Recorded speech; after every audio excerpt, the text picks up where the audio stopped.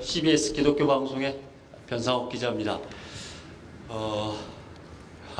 이 또 집사가 올라와가지고 이렇게 기록자들 아래 계신 걸 보니까 되게 떨리고 막 글쎄요, 장신대 신학부 학생들이나 신대원 학생들은 뭐 자주 만나서 이렇게 이야기를 합니다만은 목회자들이 계신 건 더군다나 사모님들까지 계신 건 처음이어서 다행히 저희 담임 목사님이 안 오신 것 같아서 마음이 좀 한결 가볍습니다. 저는 뭐 태어나니까 엄마 저 등에 엎여 있었는데 그때는 감리교회더라고요. 그때야 감리교회인지 몰랐는데 나중에 가보니까 거기가 감리교회였습니다. 모태신앙이긴 합니다만은 태어난 곳은 감리교 예배당 마룻바닥에서 잠깐 이제 맨날 있었고, 그러고 나서 주일학교는 예장 통합을 다닌 것 같습니다. 그리고 기장도 잠깐 다녔고 쭉 훑어보니까, 그리고 이제 성결교회 몸담았다가 뭐 사실 어린 시절하고 젊은 날은 뭐 교단이 뭔지 잘 모르니까요. 그리고 이제 다시 예장 통합에 이제 몸담게 돼서 지금은 산돌교회를 섬기고 있습니다. 교회는 잘 못 섬깁니다. 뭐 회사 일 핑계로 뭐 여기저기 왔다 갔다 하면서 교회는 잘 못 섬기고, 가족 중에는 누이가 기장 소속입니다만은 목회를 하고 있고요. 그렇습니다. 그래서 기독교 집안이긴 합니다만은, 그래서 제가 고등부 졸업할 때 담임 목사님이 신학대 가라고 막 종용을 하셨는데 제가 두 가지를 들어서, 첫째, 저는 금식은 죽어도 못합니다. 그 다음에 새벽기도 저는 아침잠이 많아서 정말 못합니다. 두 개만 없다면 어떻게든 신학하겠는데, 그래서 신학대를 살짝 피해가지고 일반 대학을 가서 사회학을 전공했습니다. 부전공은 철학을 했고요. 주로 이제 종교사회학과 종교철학을 했습니다. 그리고 CBS에 입사해서 처음 한 몇 년간은 제가 예장통합, 감리교, 그리고 NCC 담당 기자를 했습니다. 그래서 교계 사정은 이제 어느 정도는 좀 알게 된 그런 상황입니다. 실제로 교계하고 그렇게 한 다음에 어느 정도 인연이 끊어져서 뭐 정치, 경제, 사회를 이것저것 하다 보니까 끊어졌습니다만은, 교계와 직접 관련이 있는 일은 한 8년 전쯤에 아무래도 그때 신천지가 너무 문제가 커지고 있어서 후배들과 함께 신천지에 관한 이제 특집 취재를 시작을 했습니다. 그래서 다큐멘터리를 만들고 신천지 관련 프로그램을 만들어서 방송을 하고, 그러고서는 잠시 또 지역 책임자가 되어서 지역을 돌다가 3년 전에 사장님이 따로 부르셔서 좀 방송 전체 책임을 맡아라, 그러면서 신천지 대책팀장도 같이 맡아라 라고 해서 2년 반 전부터, 계획을 짜서 2년 반 전부터 시작된 게 CBS가 지금 펼치고 있는 신천지 아웃이라고 하는 신천지 척결 운동입니다. 그동안 뭐 신천지에 대해서 기자들이 취재를 해서 교계 뉴스에 내고 뭐 국민일보에도 나고 여기저기 났습니다만은, 신천지 대책팀을 맡은 뒤로 디자인을 다시 했습니다. 이래가지고는 안 되겠다. 교계 내부에서만 신천지가 나쁜 사람들이라고, 이단 사입이라고 계속 비난하고 지탄하고 폭로하고 하는 것 갖고는 안 되겠다라고 해서 회사에 있는 기자들을, 전국에 있는 기자들을 다 풀었습니다. 그래서 경찰청, 검찰청, 시청, 군청, 교육청, 법원 이런 곳에 이제 뛰어다니면서 신천지가 왜 문제가 있는가를 일반 사회에 알리는, 그래서 신천지가 반사회적인 사이비 종교라고 하는 것을 이제 전 사회에 알리는 데 주력을 했죠. 아무튼 그게 이제 잘 먹혔던 것 같습니다. 그래서 공무원들이라든가 아니면 뭐 경찰의 형사라든가 교육청의 장학사들이라든가, 신천지 자가 들어가면 뭔가 문제가 있는 거구나라고 이제 어렴풋이 정도는 압니다. 그 다음에 이제 정치권에 가서 국회의원들을 만나가지고 국회의원들이 자꾸 신천지 모임에 가서 축사를 하고 뭐 축하 화환을 보내고 하니까, 국회의원들이 그 얄팍한 그 정치 후원금하고 선거 때 표 좀 얻어보려고 신천지한테 이렇게 매달리는 경우가 많습니다. 그래서 국회에 쫓아다니면서 국회의원들을 만날 때마다 신천지가 왜 문제가 되는지, 나중에 문제가 크게 터지면 당신도 거기에 후원을 했다고 당신 이름도 들어갈 거라고 이제 협박도 하면서 그렇게 지냈습니다. 그렇게 한 2년 반을 신천지 척결운동을 하면서 지냈고요. 그러면서 뭐 이제 이것저것 기사들도 많이 썼습니다. 신천지가 굿을 2번 했다 뭐 이런 것도 있고요. 그 다음에 신천지의 이만희 교주가 김남이라고 하는 여자와 내연의 관계다. 뭐 이런 것도 이제 폭로하면서 고소도 당하고 이런저런 일들도 많이 있었습니다.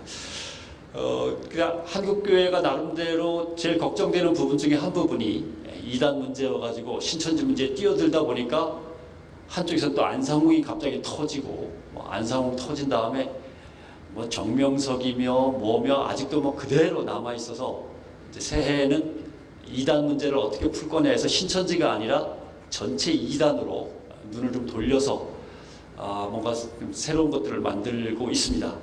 지난 1년 동안에는 뭘 만들었냐면은 여러분들 아마 몰래 카메라 보셨을 겁니다. 몰래 카메라처럼 밀폐된 방에다 카메라를 숨겨서 설치하고 신천지 신도를 그리로 어떻게든 끌어들여서 그 신천지 신도가 상담을 받고 거기서 상담하는 목사님과 싸우고 뛰쳐나가고 다시 와서 또 싸우고 하면서 점점점 회심해 가는 과정을 전부 다 찍었습니다. 한 8개월가량 오래 걸렸습니다. 그래서 결국은 막 울며 불며 가족들하고 신랑이를 버리기도 하고 또 가족들과 끌어안고 울기도 하면서 결국은 다시 신실한 성도로 돌아오는 과정을 찍었습니다. 그래서 사실 요번 주에 그 작업이 있는데 요 때문에 잠깐 미뤄놨고 다음 주에 제가 이제 마무리 녹음까지 다 하면은 아마 2월 중순에는 텔레비전을 통해서 방송이 될 것 같습니다. 1시간짜리 8개 분량으로 이제 취재가 됐습니다. 그래서 그 회심에 가는 과정 그리고 어떻게든 신천지의 그 세뇌된 머리가 얼마나 깨지기가 힘든가 하는 그런 과정도 다 거기에 생생히 들어있어서 그런 작업들을 하면서 지금까지 지내고 있습니다. 주제가 좀 벗어났습니다만 두 가지만 말씀드리고 싶습니다. 하나는 제가 말씀드리는 게 윤 목사님 얘기하셨습니다만 CBS의 공식 입장하고는 아무런 관계가 없습니다. 개인적으로 기자로서 한국교회를 지켜본 이야기를 이제 드리고 싶고 그 다음에 가능한 한 같은 통합 측의 한 성도로서가 아니라 일반 사회의 눈으로 가능한 한 교회를 어떻게 지켜봐 왔는지 그리고 어떤 걸 느꼈는지에 대해서 가능한 한 말씀을 드리도록 하겠습니다. 지난번에 뭐 최윤식 박사가 지난 대회 때는 와서 대충 다 설명을 했을 겁니다만 제가 대학 학번으로는 77학번입니다. 그러니까 58년생인 거죠. 제가 빠른 59년생이라 58년생으로 묶였습니다. 58년생과 59년생 요때 무슨 일이 있었냐면 여러분들이 잘 아시는 베이비 부머 세대입니다. 대한민국에서 아기들이 제일 많이가 아니라 무지하게 갑자기 쏟아져 나온 해가 58년, 59년입니다. 그러니까 한 55년부터는 아기들이 엄청나게 태어나서 58, 59, 한 63년까지는 아기들이 무지하게 많이 태어났습니다. 왜냐하면 전쟁이 끝나고 전쟁 뒤에 피난 생활을 끝내고 어디선가 자리를 잡았다가 드디어 결혼도 하고 아이를 낳기 시작하니까 전쟁이 한 54년쯤에 마무리가 됐다고 치고 56년, 7년부터 아기들이 많이 태어난 겁니다. 그래서 한 63, 4년까지 아기들이 폭발적으로 태어났다 그래서 베이비 부머라고 얘기를 합니다. 그러니까 간단합니다. 제가 중고등부 시절에 교회에서 먹고 잤습니다. 집에도 안 가고 교회에서 먹고 잤습니다. 새벽 기도며 철야 기도며 다 하면서. 그러니까 제가 중고등부 할 시절 아마 저랑 연배가 비슷한 분도 많으시겠습니다만 제가 중고등부 하던 시절이 교회가 중고등부가 가장 번성했던 때입니다. 그리고 제가 청년대학부 할 때가 교회가 대학 청년부가 가장 융성했던 때입니다. 교회가 대학부와 청년부를 다 받아들이기가 벅차니까 뭐 내비게이터 선교회, CCC, 그 다음에 뭐 조이 선교회 등등 대학 청년 주변에 많은 선교 단체들까지 생겨나기도 했었습니다. 그 다음 문제는 뻔합니다. 제가 청년 대학을 마치고 장년으로 빠져나오니까 베이비 부모 세대라고 하는 그 엄청난 인구가 장년으로 다 가버리니까 대학 청년이 없는 거죠. 그렇게 되지 않겠습니까? 무지하게 많은 인구가 있었는데 주일학교를 거쳐서 중고등부를 거쳐서 대학 청년부를 거쳐서 장년부로 빠지니까 대학 청년부는 비고 중고등학교도 비고 이렇게 되는 겁니다. 그래서 그게 1990년대 이제 초반부터입니다. 그때 이제 우리가 흔히 하던 말이 교회에 젊은이들이 없어지기 시작한다. 또는 교회에 왜 이렇게 젊은이들이 없냐라는 얘기를 그때들 많이 했습니다. 물론 그때 교회 교육 커리큘럼을 다시 바로잡고 교회 교육 시스템을 바로잡았으면은 뭔가 조금 나아질 것 같았는데 그때는 교회가 걱정이 없었습니다. 왜냐하면 대학 청년부를 거친 엄청나게 많은 인구가 장년부로 넘어오니까 11조의 변동이 없습니다. 그리고 대예배 때 참석한 인원을 보면은 큰 변동이 없어요. 그러니까 그때는 한국교회가 그렇게 긴장하지 않았습니다. 왜냐하면 헌금을 낼 수 있는 장년부가 갑자기 넘쳐나기 시작하고 11조 제대로 들어오고 있고, 그 다음에 대예배 때 보면은 사람이 꽉 차 있으니까 대학 청년부가 줄어가고 있고, 대학 청년부보다 중고등부는 더 줄어 있고, 사실 유치부 주일학교는 더 줄어 있는 거에 대해서 깜빡 놓친 거죠. 그때 미리 손을 썼어야 되는데 손을 못 쓰고 지나갔습니다. 간단하게 그렇게 생각해 보실 수 있습니다. 저희 세대에 사람이 무지하게 많았으니까 저희 세대가 낳은 아들, 딸이 또 무지하게 많습니다. 그게 이제 X세대라고 부르는 세대인데 주로 몇 년생이 될까요? 한 82, 3년생부터 한 90년생까지의 아이들, 아마 여러분들의 자녀들도 많이 들어있을 겁니다. 그 세대가 또 많습니다. 그 세대가 많은데 그때 뭔가를 한 번 더 했어야 되는데 그때도 놓쳤습니다. 이제 한 번 기회가 더 남았습니다. 저희 아들, 딸이, 제 딸이 한 2년 전에 시집 갔습니다. 그러니까 제 아들, 딸들이 그 세대가 사람이 많은데 그 아이들이 이제 결혼해서 아이를 출산하면 그 세대가 이제 많습니다. 그게 이제 몇 년생이 될지 모르지만 이제 태어나고 있는 거죠. 그 아이들이. 요때가 인구가 또 많습니다. 근데 예전처럼 많지는 않습니다. 왜냐하면 저희 때는 둘 아니면 셋 낳았지만 지금은 하나 아니면 둘 낳거나 안 낳거나 하기 때문에 앞으로는 많지 않습니다. 그래도 그때가 제일 많을 겁니다. 그러니까 그 아이들이 초등학교로 들어오는 횟수 따지면은 한 2003년부터 2005년을 중심으로 해서 한 2002, 3년, 그 다음에 2007, 8년 요때가 이제 주일학교가, 유치부 주일학교가 늘어나는 시점입니다. 그러니까 교회에서는 사실 준비를 해야 되는 거죠. 2022, 3년도부터 주일학교 유치부가 늘어난다고 보고 그때 뭔가를 준비하든지, 아니면 더 앞질러서 교회의 어린이집 유아원을 강화해서 아이들을 갖다가 어떻게든 교회로, 또는 아이의 부모들을 교회로 데려와서 2023, 25, 26, 27, 8까지는 가야 됩니다. 비록 저희 때만큼 아이 수가 많지는 않겠지만 그래도 그때가 제일 많은 숫자입니다. 근데 이제 성격이 좀 다릅니다. 이런 문제가 있습니다. 저희 세대 같은 경우는 인구도 많았지만 민족 복음화, 지구촌 복음화 이런 말에 상당히 익숙하고 가슴이 뛰었습니다. 세계 선교, 하나님의 것과 세상 것을 분별하는 어떤 그런 좀 가슴에 뜨거움, 이런 것들이 조금 그래도 강했던 세대입니다. 근데 우리의 아이들 세대는 다릅니다. 내 건 내 거고 네 건 네 거고 분명합니다. 교회 거는 교회 거고 내 건 내 거고 또 이렇게 분명하기도 하고, 내 시간은 내 시간이지 교회 시간이 아니고 따질 거 다 따지는 그런 아이들입니다. 아마 아까도 식사하면서 그런 얘기를 나눴습니다만, 아마 제 아들, 딸 또래 한 20대 후반에서 30대 초반 되는 요 나이대의 신학생들도 아마 그럴 겁니다. X세대니까. 아마 지금의 전도사나 부교육자들을 아마 살펴보시면 목사님들이나 사모님들이 젊은 시절하고는 조금 차이가 있을 겁니다. 색깔이. 그렇습니다. 그러니까 더 다루기가 까다로운 새로운 X세대, 또 그 자녀 세대, 이런 것들이 한국교회 앞에 놓여 있습니다. 그래서 그저 물론 열심히 기도해야 되고 열심히 전도해야 되지만 또 열심히 목회 현장에서 땀 흘리는 건 똑같습니다만은, 어떻게 그 세대를 읽어내고 시대의 변화를 읽어내고 거기에 맞는 목회를 할 거냐라고 하는 고민이 우리 앞에 놓여 있습니다. 교회의 본질을 분명히 지켜가는 것과 시대와 세대를 읽어서 그 변화에 맞도록 적응하고 대응하는 것, 두 가지 길이 한꺼번에 해야 된다는 게 목회 아마 어려움이 될 것 같습니다. 뭐 시간이 없어서 빨리빨리 넘어가야 될 것 같긴 합니다만은, 원고에 있는 얘기는 가능한 한 좀 피할까 합니다. 그 원고에 없는 얘기를 많이 하고 싶고요. 대개 일반 사회에서 위기라고 하는 것은 다가올 때 느끼는 게 있습니다. 아, 우리 회사가, 우리 조직이 뭔가 문제가 생기기 시작했다라는 걸 느끼는 그 징후들이 있습니다. 이건 제가 커뮤니케이션을 전공했으니까 이걸 위기 커뮤니케이션이라고 하는데, 제일 먼저 어떻게 하면은 한국 교회가 위기에 왔다, 또는 우리 교회가 위기에 뭔가 몰리고 있다라고 하는 걸 느낄 수 있느냐라고 하면은, 첫째는 내부에서 투덜거리는 사람들이 많아지면은 이건 위기가 시작된 겁니다. 내부에서 뭐 별건 아닙니다. 투덜투덜하다 끝나긴 하지만 투덜거리는 횟수들이 조금씩 늘어난다거나 투덜거리는 사람들이 조금 넓게 퍼지기 시작한다 그러면 교회에 뭔가 문제가 생겼다라고 감지할 수 있어야만 됩니다. 여러 가지 있습니다.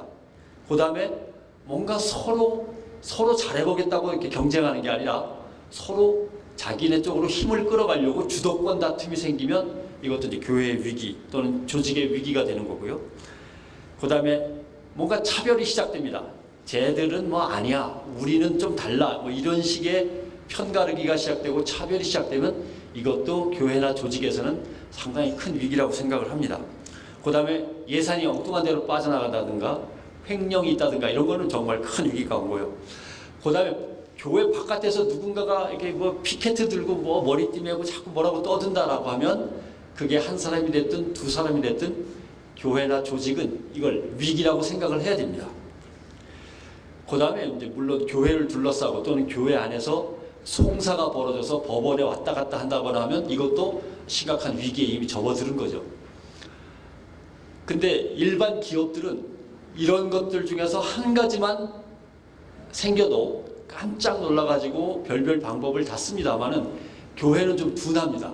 교회는 이런 것들이 흔히 벌어져도 외부에 알려지지 않으면 되지 뭐 하고서 감싸고 끝나거나 그런 경우가 많았습니다. 대한항공을 보시면 제일 알 겁니다. 땅콩 때문에 비행기가 돌아왔는데 맨 처음에 적당히 얼버무리려고 하다가 일이 점점 커져가지고 딸이 아니라 아버지가 나와서 고개를 숙여도 사태가 해결이 안 됩니다. 결국 이런 겁니다.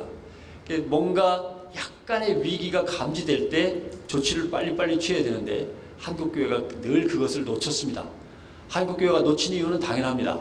사실은 NCC라든가 한기총이라고 하는 큰 조직들이 이런 것들을 연구하고 감지하면서 개교회에 이런 것들이, 이런 현상들이 한국교회의 미래와 관련해서 어떤 문제다라고 알려줘야 되는데 한기총도 NCC도 뭐 자기들 먹고 살게 바빠서 그런지 아니면 주도권 다툼 때문에 그런지 전혀 신경을 쓰지 못했습니다. 안 그러면 교단이라도 교단 정책상으로 교단에서 이런 것들을 읽어가지고 이럴 땐 이렇게 하고 저럴 땐 저렇게 하고 앞으로 교회 목회는 이런 방향으로 해야만 부응할 수 있고 이렇게 뭔가 연구 프로젝트에 의해서 조사 보고서가 나오고 개교회로 이것이 전파가 돼야 되는데 교단들도 뭐 총회할 때 노회할 때 가보면 요란벅적하긴 한데 뭔가 알맹이가 없습니다.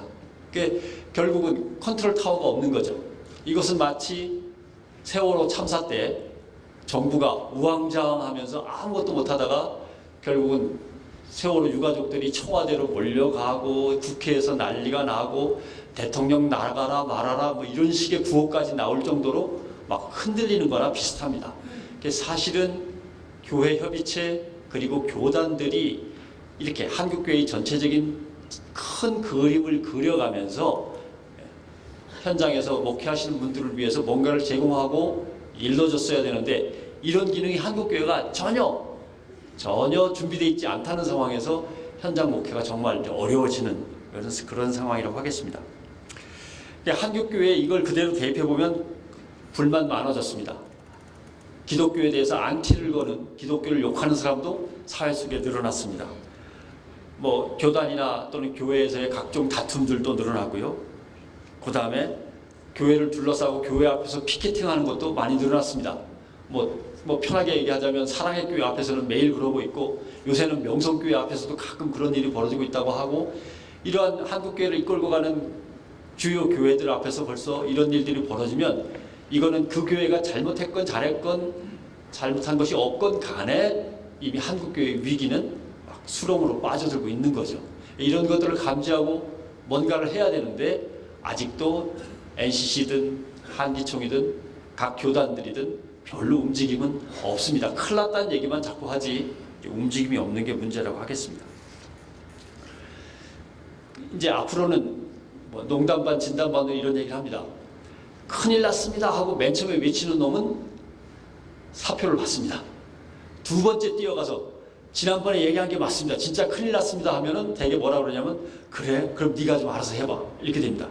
그러니까 맨 먼저 외친 사람은 귀양 가는 거고요. 두 번째 외친 사람은 중용되는 거고 그렇습니다. 그러니까 대개 고발이나 이런 그 메커니즘이 그렇게 돼 있어서 사실은 한국교회가 문제 있습니다라고 하는 옛날에 외쳤던 얘기들은 아마 다 그냥 에이 꼭 교회에 대해서 저렇게 얘기하는 사람들이 있어라고 아마 야단치고 넘어갔고 지금 이제 교회에 문제가 있습니다라고 얘기하면 진짜 심각한데 한번 어떻게 해야 될 거 아니야? 이제 이런 단계에 지금 와 있는 거죠. 자, 그런 것들입니다. 원고로 보시면 4번 항목이 되겠습니다. 위기에 대응은 사회의 관점, 사회의 문법으로라고 하는 그 부분이 되겠습니다.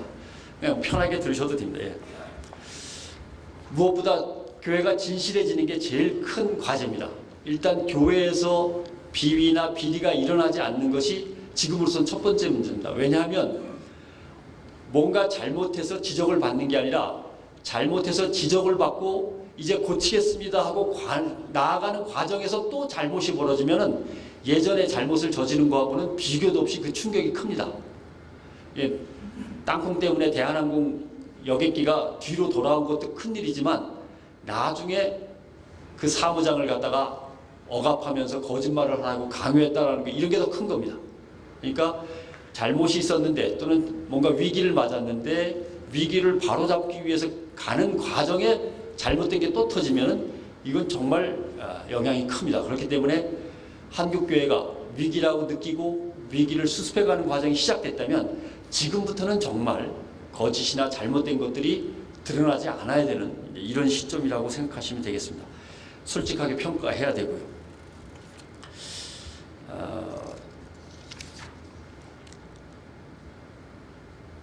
5번으로 넘어가 보겠습니다. 여기서부터가 이제 진짜입니다. 교회의 위기를 극복하기 위해서 어떤 것들을 해야 될까? 오늘 주로 드리고 싶었던 말씀은 그거고요. 앞에 부분은 교회가 왜 위기를 맞고 있나라고 하는 문제를 얘기했습니다만 첫째, 거기 매력 감소입니다. 교회에 꼭 가야지. 야, 교회 안 가면 어떡하겠어 라고 하는 매력이 줄어들었습니다. 그게 제일 문제고, 두 번째는 교회가 아니다. 교회가 우리 사회의 희망이고 우리 사회의 노아의 방주다라고 하는 걸 설득해야 되는데 그 설득력 자체가 떨어졌습니다. 물론 대부분 어느 지역사회를 가건 제일 크고 훌륭한 건물은 교회입니다. 그게 노아의 방주로 보여야 되는데 노아의 방주로 안 보인다고 하는데 이제 설득력이 떨어져 있는 거죠. 그 다음에 공신력도 하락해서 기독교를 비난하는 사람들이 자꾸만 늘고 있습니다. 물론 여기에는 다른 술수도 섞여 있습니다. 2년 전쯤에 이상하게 기독교와 CBS를 욕하는 게 많아가지고 실제로 기관들이 나서서 조사를 했더니 그 중에 75점 몇 %가 신천지가 만든 거였습니다. 예.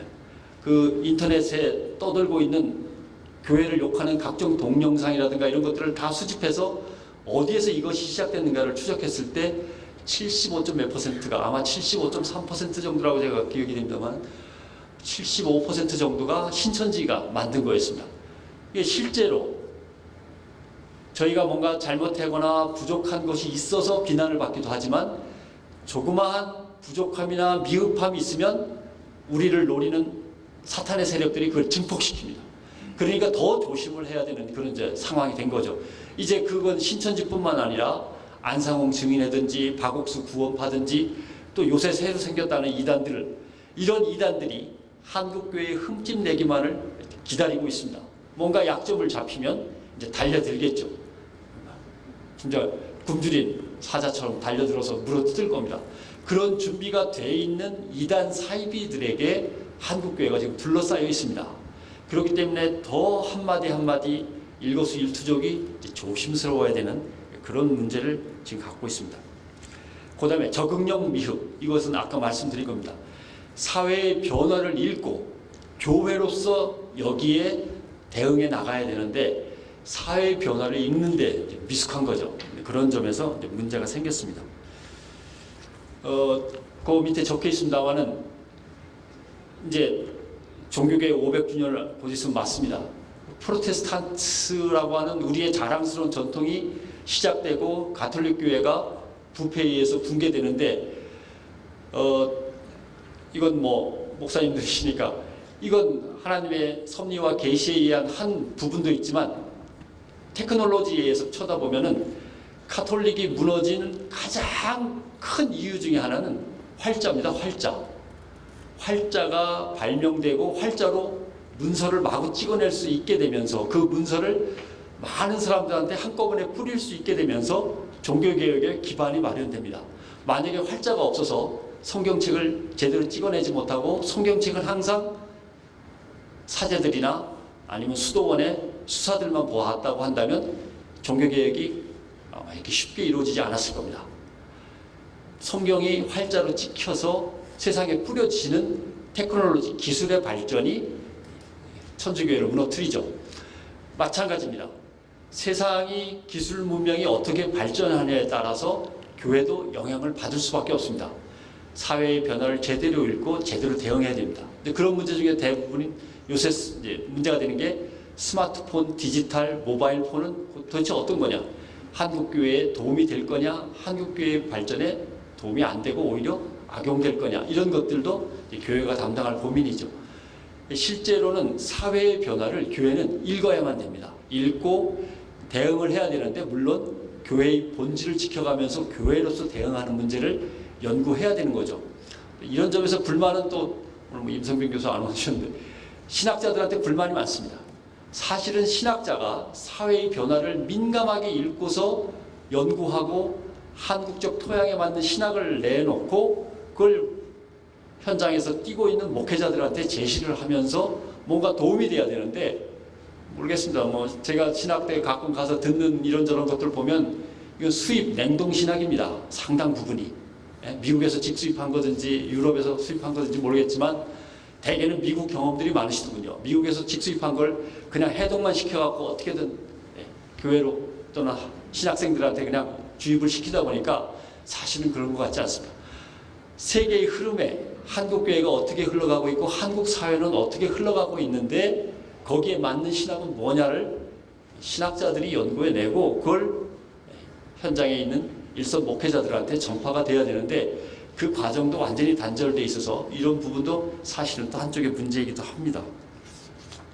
말씀드리고 싶은 거는 테크놀로지의 발전, 옛날 카톨릭 교회가 무너질 때 활자가 발명된 게 큰 역할을 했다고 할 때 오늘날 한국 교회의 위기에는 뭐가 걸려 있냐면 인터넷이 걸려 있습니다. 인터넷을 통해서 일반 평신도들이 목사님들보다 더 많은 정보들을 접합니다.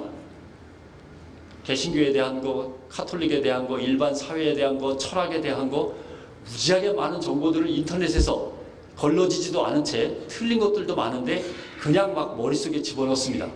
이런 사람들을 데리고 목회하는 것은 예전에 20년 전, 30년 전에 목회하던 때와 상황은 전혀 다릅니다. 그래서 실제로 앞으로 얘기가 나오겠습니다만은 수많은 지식들, 걸러지지 않은 지식들을 머릿속에 가득 채우고 있는 평신도들을 어떻게 이끌어갈 건가라고 하는 문제도 앞으로 이제 교회의 큰 과제로 남아 있습니다.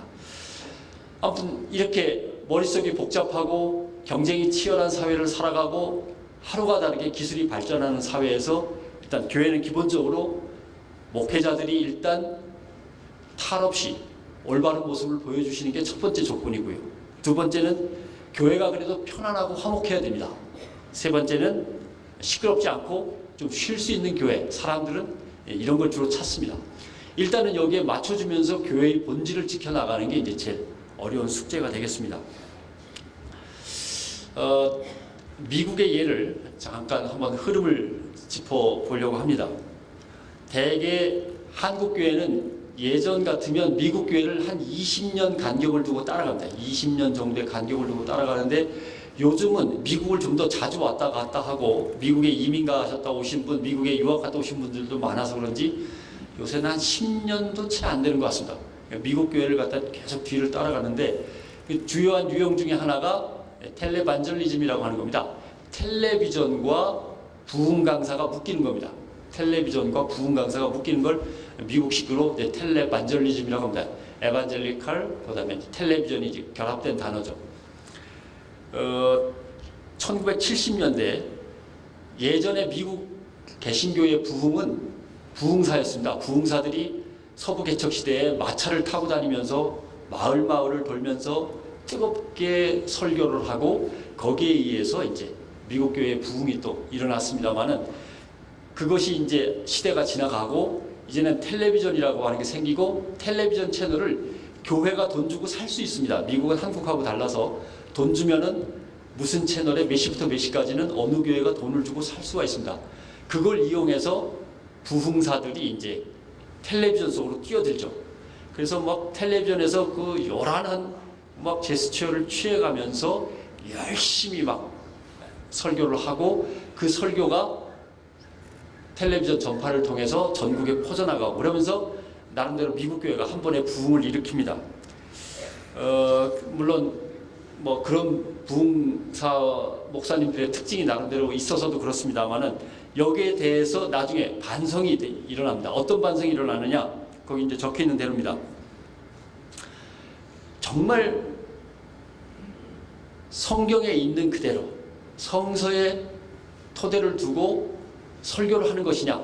근데 설교 내용을 들어보면 원맨쇼를 하는 것 같기도 하고 아마 떠오르는 분들이 있을 겁니다. 머릿속에 원맨쇼를 하는 것 같기도 하고 뭐 긍정적인 사고방식 뭐 처세술 이런 거 위주로 얘기를 하지 정말 복음을 전달하는 것 같지 않다라고 하는 반성이 첫 번째 반성이고 두 번째 마치 신앙을 뭐 이렇게 세일하듯이 세일즈맨이 뭐 물건 팔듯이 너무 가볍게 취급하는 거 아니냐는 반성이 일었고 세 번째 예배라기보다는 뭔가 쇼타임에 가깝다. 너무 쇼같이 보인다라고 하는 반성이 이렇습니다.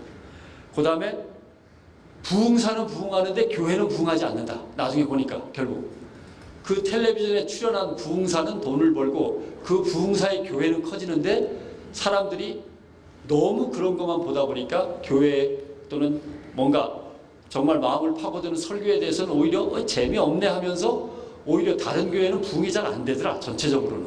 이제 이런 반성이 일면서 텔레반절리즘이 꺾여서 이제 내리막길을 걷게 됩니다. 대한민국도 그렇습니다. 1990년대 후반 그리고 2000년대 초반에는 텔레반절리즘이 상당히 인기를 끌어서 뭐 그냥 요란한 제스처를 막 하시는 목사님들이 인기를 끌었다가 수그러들기 시작했죠. 두 번째 미국은 이것을 커버하면서 나타난 게 밑에 있는 대로 찬양과 경배, 흔히 말하는 워십 앤 프레이즈라고 하는 음악을 위주로 한 흐름입니다. 미국에서는 이게 이제 다시 청년들을 중심으로 확 붐이 일면서 미국 교회가 한 번 더 성장하는 기틀을 갖다 제공합니다. 한국도 그랬습니다. 미국에서 그게 유행하니까 한국으로 건너왔죠. 예전에는 기타를 들고 강대상에 올라가는 것도 어림도 없는 얘기였습니다. 어떻게 기타를 들고 강대상에 올라가겠습니까? 예배당 안에 기타가 들어오는 것 자체도 어림도 없습니다. 근데 요즘 보면은 드럼까지 다 와 있죠. 드럼에다 뭐 색스폰도 불고 기타, 전기 기타도 치고 다 하죠. 그것도 이제 너무 시끄러우니까 거기다 이제 유리벽을 치기도 합니다만은 예, 미국에서 유행했던 게 이제 한국으로 그대로 수입돼서 건너오는 단계입니다. 이런 말씀을 드리는 것은 저 교회가 한대, 저 교회도 하네라고 해서 그냥 따라가는 게 아니라 그것이 어떤 흐름 속에서 벌어지는 일이고 그 흐름이 언젠가는 끝난다는 걸 미리 염두에 두시고 목회를 하면서 받아들이셔야지 다른 교회 보니까 다 찬양단 조직해갖고 전기 기타 들어오고 드럼 치고 다 해야 된대 라고 그냥 따라 하시는 게 아니라 필요하면 받아들이지만 과연 내가 받아들이고자 하는 이것이 어떤 흐름 속에서 지금 어느 지점까지 와 있는데 우리 교회도 잠깐 받아들여 봐야겠다든가 이런 식으로 설계를 하셔야 되는 건데 요즘 보니까 뭐 어느 교회든지 다 있는 거 보니까 그냥 다른 교회에서 하는데 우리도 해야겠지라고 또 하는 것 같습니다. 그런 염려에서 말씀을 드리는데 실제로 찬양하고 경배하면은 막 그 찬양 때문에 뜨겁습니다. 막 청년들이 두 팔을 높이 들고서 하나님을 경배하고 하는 모습을 목회자로서 보시면 흐뭇하죠. 야, 잘 된다, 좋다 라고 할 수 있는데 여기에도 반성이 있습니다. 미국 교회에서 반성이 나왔던 것을 밑에 적어놨습니다. 이게 예배의 본질이냐? 전기 기타와 드럼을 치면서 막 흥분되는 게 이게 음악에 의해서 감각적으로 흥분되는 거지 과연 이게 성령의 임재를 통한 진정한 신앙의 발현이냐라고 하는 그 문제가 이제 이게 예배의 본질일까라고 하는 질문이 이제 등장을 했고 두 번째 뭔가 팡팡팡 하고 자극을 줘야만 와 하니까 이거는 자극에 의해서 충동적인 거 아니냐. 뭔가 신앙이 뜨겁다면은 가난한 사람을 볼 때나 슬픈 일을 당할 때나 기쁜 일을 당할 때 마음이 움직이면서 뭔가 뜨거워져야 되는 것인데, 삶 속에서 신앙이 뜨거워지는 게 아니라 외부에서 빵빵빵 하고 북소리가 나고 기타 소리가 나야 뜨거워지는, 너무 피동적인 거 아니냐라고 하는 이제 반성이 또 다시 일입니다. 그 다음에 젊은 친구들이 아마 그러실 겁니다. 맨 처음에는 기타만 쳐도 듣기가 좋습니다. 자꾸 듣다 보면요, 기타가 좀 더 강했으면 좋겠다는 생각이 듭니다. 느낌으로. 이 기타 소리가 더 강해집니다. 그거에 익숙해지면 옛날에 강하던 것 갖고는 만족을 못합니다. 더 강해져야 조금 자극이 됩니다. 그 다음에 그 자극보다 더 자극을 어떻게든 끌어내려면 이제는 북도 막 쳐야 되고요. 이 음악도 자극의 강도가 점점 세져야만 됩니다. 뭐 흔히 말하는 미지근한 물에 개구리를 놓으면 모르죠. 자기도 모르게 점점 좀 뜨거워져도 모르는 겁니다. 그렇습니다. 이렇게 담배를 피우는 사람이 한 대 피우다가 두 대 피우다가 하루에 한 갑 피워야만 되듯이 똑같은 거지만 점점 강해져야 똑같은 걸 느낄 수 있습니다. 그래서 자극이 자꾸만 강해져야만 됩니다. 그러다 보니까 음악이 점점 커집니다. 스피커가 점점 좋아지고요. 점점 커집니다. 그래서 미국 교회에서는 맨 처음에는 찬양과 경배에 대해서 긍정적이다가 나중에 부정적인 입장으로 약간 돌아섭니다. 그래서 음악으로 키운 청년들이 장년이 되고 중년이 되면서 그 열정을 그대로 가지고 가는 게 아니라, 음악이 끝나면 청년들의 열정도 끝나고 음악이 다시 시작되면 청년들의 열정도 다시 불붙고, 뭔가 이게 진정한 신앙의 모습은 아닌 것 같다라는 반성이 일면서 워십 앤 프레이즈도 이제 꺾여 나갑니다. 아마 대한민국도 한 5, 6년 전까지는 대단했습니다만은 CCM 하면은 막 교회에서 CCM 열풍이 불었습니다만은 요새는 점점 좀 잠잠해지고 있을 겁니다. 이제 또 그 다음에 나오는 뭔가가 있고 그것이 다시 한국 교회로 이제 전파가 되겠죠. 그런 흐름 속에 이제 여러분이 있다라고 하는 걸 갖다 한번 말씀드리고요. 최근에 그 이후에 이제 보이고 있는 몇 가지 양상들이 그 다음에 정리가 되어 있습니다. 교회가 점점점 쇠락하고 있고 교회가 부흥하지 못하고 있다는 반성 때문에 여러 가지 몸부림들이 이제 일어납니다. 교회를 어떻게든 부흥시켜야 되는데라고 하는 여러 가지 몸부림들이 일어나는데, 자연스럽게 이루어졌던 텔레반절리즘이라든가 그 다음에 워십 앤 프레이스 찬양과 경배라든가 이런 것들이 있었지만, 교회를 새롭게 바꾸자라는 운동도 있습니다. 그 중에 하나가 이제 거기 나와 있는 교회 재건 방식이라고 하는 것에 나오는 규절들입니다. 주로 미국 교회 얘기가 되겠습니다만 한국 교회로 점점 건너오고는 있습니다. 교회에 대해서 뭔가 새롭게 바꿔야겠다라는 움직임 때문에 첫 번째 일어났던 게 미국 같은 경우 가정교회 운동입니다. 가정교회 운동. 가정교회 운동은 구역예배하고 뭐 비슷하지 않을까? 교구하고 뭐 비슷하지 않을까라고 하는데, 이렇게 생각하시면 됩니다. 제가 목동 삽니다만은 목동 7단지 교구, 목동 8단지 교구가 있는데, 가정교회에서는 교구가 아니라 목동 7단지 집교회 하우스 처치, 목동 8단지 하우스 처치 이렇게 됩니다. 그럼 목동에 있는 산돌교회가 있고 산돌교회의 지교회 비슷하게 목동 7단지 교회 옆입니다. 다 7단지, 8단지, 9단지, 10단지에 각각의 하우스 처치가 생깁니다. 하우스 처치가 구역 예배 돌아가면서 보는 거 뭐가 다를까라고 하지만, 하우스 처치를 정말 하우스 처치답게 했다면 이런 모양이 됩니다. 누구네 집 또는 누구네 집이 교회가 됩니다. 그래서 구역 예배를 거기서 늘 모입니다.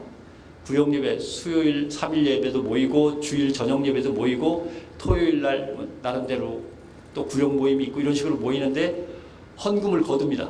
헌금을 거두면 헌금의 일정 부분은 모교회로 보내고 나머지 부분은 그 하우스 처치에서, 목동 7단지의 하우스 처치면 목동 7단지에 맞는 선교 사업이나 전도 사업을 하거나 이웃 봉사를 하거나 거기에서 소비가 되는 겁니다. 자기네들이 회계 정리하고 자기네들이 사업 계획 짜고 자기네들이 활동하고, 8단지는 8단지대로 10단지는 10단지대로 하우스 처치가 이렇게 운영이 되고, 담임 목사님은 하우스 처치가 제대로 운영되는지를 총괄해서 감독하면서, 물론 헌금의 일정 부분은 모교회로 오니까 그걸 가지고 전체 하우스 처치가 한 자리에 모여서 교육받고 성경 공부하고 리더로서 어떻게 움직여야 되는가를 교육받는다든가 이런 형태로 흘러가는 거죠. 그래서 미국에서 뭐 완벽한 형태의 하우스 처치가 얼마나 되는지 모르겠습니다만은 어떤 것은 느슨하게, 어떤 것은 정말 제대로 된 하우스 처치의 모습을 보이면서 나름대로 진행이 되고 있습니다. 한국에도 일부 수입이 됐습니다. 그래서 어떤 교회는 하우스 처치 운동을 아마 미국에서 보고 오시거나 한 것 같은데 하우스 처치 운동을 벌입니다. 근데 이게 신학적으로 맞는지 틀리는지는 잘 모르겠습니다. 이건 아마 교단 차원에서 생각을 해보셔야 될 문제이기도 하고 한데, 신학적으로 과연 이게 맞느냐. 또한 한국교회의 전통 속에서 한국교회는 교단과 노회가 짜임새가 미국 교회하고는 달리 아주 잘 돼 있는데, 그 안에 있는 교회로서 또 다른 교회들을 만들어 가지고 회계와 사업계획이라든가 선교활동을 제각각 자율적으로 할 수 있도록 과연 할 것이냐라고 하는 문제, 그리고 그런 하우스 처치에 파송되는 부교육자라든가 전도사들을 과연 교단 차원에서 인정을 할 것이냐, 뭐 여러 가지 문제가 많을 겁니다만은 일단 아주 옅은 모습의 하우스 처치는 한국에도 들어와 있습니다. 그게 이제 하우스 처치라고 하는 겁니다. 이게 앞으로는 혹시 문제가 될 수 있습니다. 왜냐하면 신학생들이 학부를 졸업하고 부교육자 전도사 생활을 마치거나 신대원을 졸업하고 부교육자를 끝내고 개척할 때 제일 문제는 성전 마련입니다. 성전 마련이 앞으로는 엄청나게 더 힘들어집니다. 전셋값은 엄청나게 뛸 거고요. 사람들의 살림살이는 경제 침체가 오래가기 때문에 더 어려워집니다. 성도들로부터 헌금을 거두어서 집장만 한다는 게, 월세집이든 전셋집이든 장만해서 조그마한 교회라도 한다는 것이 무지하게 힘들어집니다. 그래서 집 없는 교회가 늘어나기 시작할 겁니다. 집 없는 교회가 늘어나서 어쩔 수 없이 학교 강당을 빌리거나 아니면 어떤 집회 장소를 뭐 몇 군데는 가본 경험도 있습니다만 서너 개 교회가 빌려가지고 주일 예배, 대예배는 같이 지내고 대예배가 끝난 다음에는 3개면 3개, 4개면 4개의 교회로 모여가지고 자기들 교회 몸을 따로 합니다. 이렇게 모이셔서 대예배 한번 하고 아무개 교회에서 오신 분들은 저쪽 방, 아무개 교회에서 오신 분들은 저쪽 방으로 해서 자기들끼리 사업계획 짜고 선교활동 나가고 어떨 땐 같이도 하고, 이거는 하우스 처치, 집교회 모양은 아닙니다만은 희한한 모양의 이제 연합교회가 결성이 되는 거죠. 이런 식의 모양도 나올 것이고, 그래서 교회 성전 마련하는 문제가 점점점 어려워지기 때문에 하우스 처치의 모양이든지 아니면 이런 식의 연합교회의 모양이든지 새로운 교회의 모양이 이제 나오기 시작할 겁니다. 이미 이제 여러분들처럼 목회의 뿌리를 내리고 이미 중형교회, 대형교회를 이끌고 계신 분들이 다시 그리로 가는 것은 참 어렵습니다. 여러분들 나름대로 이제 전략을 또 세워야 되지만 새로 생기는 교회들 속에서는 이런 모양들이 나타날 가능성이 큰 거죠. 그렇습니다. 그 다음에는 뭐 새로운 사람들을 상대로 해서 새로운 교회를 하려면 교회의 운영 방식이나 교회의 선교 방식이 새로워야 되겠다라고 해서 청년들을 중심으로, 노인들을 중심으로, 여성들을 중심으로 이게 흩어지는 교회들이 또 나오기 시작합니다. 예를 들면 청년들을 중심으로 하는 음악 예배 같은 경우도 그 일종이라고 볼 수 있겠죠. 그 일종입니다. 이건 교회의 포스트 모던한 적응이 이제 시작되는 거죠. 그래서 예를 들면은 전 교인이 담임 목사님의 지휘 아래 일사불란하게 같이 움직이는 건 너무 어렵다고 판단하고 교회를 갖다가 나이별로 또는 특징별로 분류하는 겁니다. 그래서 각각의 특징에 맞게 소목회가 시작되는 이런 형태의 이머징 교회라고 하는 새로운 스타일도 등장하기 시작합니다. 또 아예 거기 나온 것처럼 아예 노숙자들을 위한 교회가 따로 만들어지기도 하고, 그 다음에 우리 교회는 시장통에 있다 그러면 시장 상인들을 위한 목회가 아주 따로 전담적으로 실행되기도 하고, 이런 식으로 흩어지는 교회들이 나오기 시작하고요. 그 다음에 뭐 선교교회 운동 중에서 뭐 여러 가지가 있습니다만은 제일 심각한 것은 이민교회입니다. 다문화교회. 초등학교 가면은 한 반에 3분의 1이 외국 아이들입니다. 외국 부모들의 아이입니다. 근데 이게 점점점 올라옵니다. 공단이 있는 지역, 농촌 지역에는 이미 필리핀에서 온 신부, 그다음에 뭐 파키스탄에서 온 노동자 이런 사람들이 교회를 나오기 시작하는데 이 사람들을 어떻게 대응할 거냐라고 하는 문제가 이제 앞으로 남은 숙제입니다. 지금 대한민국 인구의 한 10% 조금 안 되게 외국인이 들어와 살고 있고요. 초등학교는 제가 정확하게 기억이 안 납니다만 1.1%나 1.2%는 전국의 초등학생 중에 100분의 1이 이미 외국인 아이나 외국인 피가 섞여 있는 외국인 부모를 둔 아이입니다. 그러니까 이게 이제 1%에서 점점점 올라오는데 이미 농촌 지역이나 공단이 있는 지역은 10%, 20%가 그런 아이들로 차 있고 서울 같은 대도시의 한 복판은 그런 게 잘 안 보이죠. 그러나 벌써 경기도 변두리로 나가면 그런 지역이 많습니다. 그래서 앞으로 한국교회에 몰려닥칠 또 하나의 과제는 외국인들로 가득 찬 교회는 과연 어떻게 할 거냐. 온다 그러는데 오지 말라고 할 것이냐. 이런 문제가 남아있는 겁니다. 등등등등 있습니다.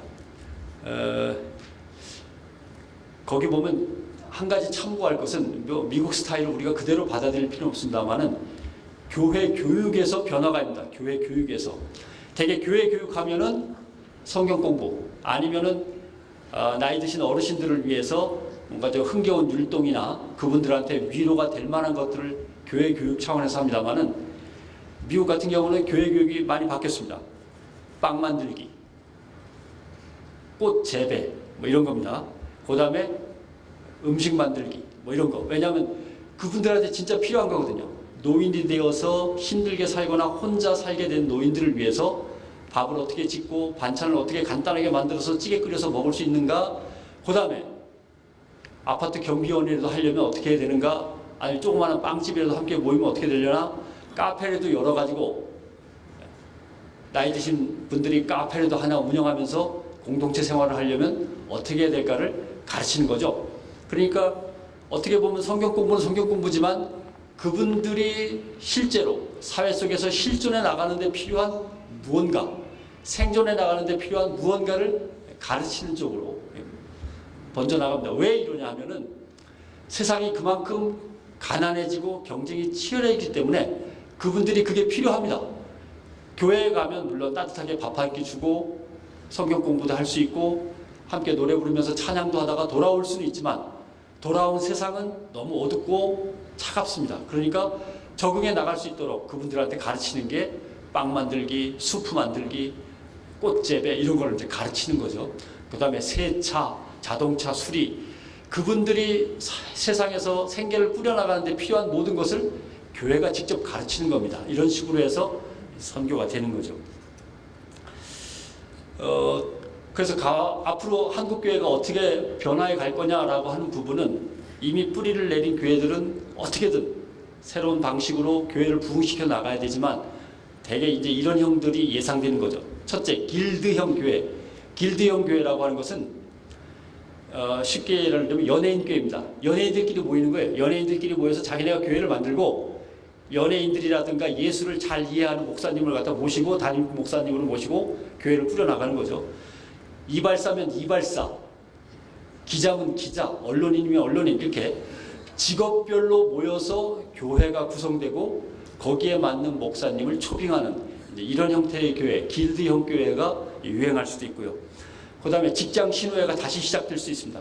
직장마다. 왜냐하면은 교회에 대해서 이미지가 나빠지고 교회로 안 가려고 하는 그런 풍조가 더 강해지면은 교회를 가지 않고 교회를 자기네끼리 자꾸 만들고 교회를 만들기가 좀 벅차면 신호회를 만들어서 거기에 모여서 이걸로 주일 성수하는 거고 이걸로 신앙생활 하는 거다라고 스스로 인정하면서 자기들끼리 모일 가능성이 이제 커지는 거죠.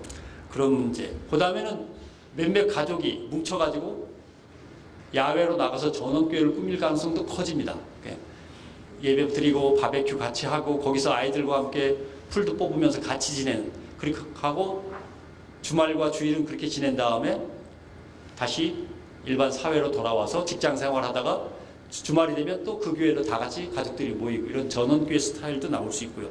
그 다음에 아주 심플한 처치. 심플 처치는 그저 한 몇 가정이 하우스처치는 모교회가 있어서 모교회가 컨트롤을 하는 겁니다만 그런 거 없이 그저 몇몇 가정이 자기들끼리 모이는 그러한 아주 심플한 형태의 교회들도 이제 발생할 수 있습니다.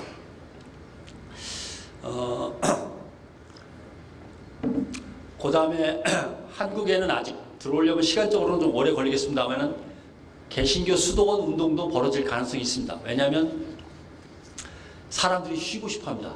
사람들이 좀 쉬고 차분하게 기도하면서 자기 신앙생활을 해나갔으면 하는 바람들이 조금씩 커지면 한쪽 구석에서는 개신교 수도원 운동, 그 수도원이 산속에 있는 게 아니라 도시 한복판에 생기면서 개신교 수도원 운동도 가능한 그런 형태가 됩니다.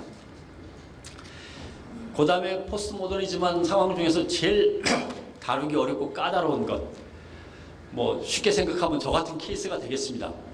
자식이 이것저것 주워 들은 건 많은데 교회는 영 열심히 안 해. 이 제일 골치 아픈 문제입니다. 그렇죠.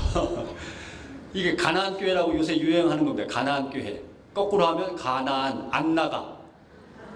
안 나가 교회라고 하는 겁니다. 이게 안 나가 성도, 가나안 성도라고 흔히 얘기합니다만 좋은 말로 안 나가 성도.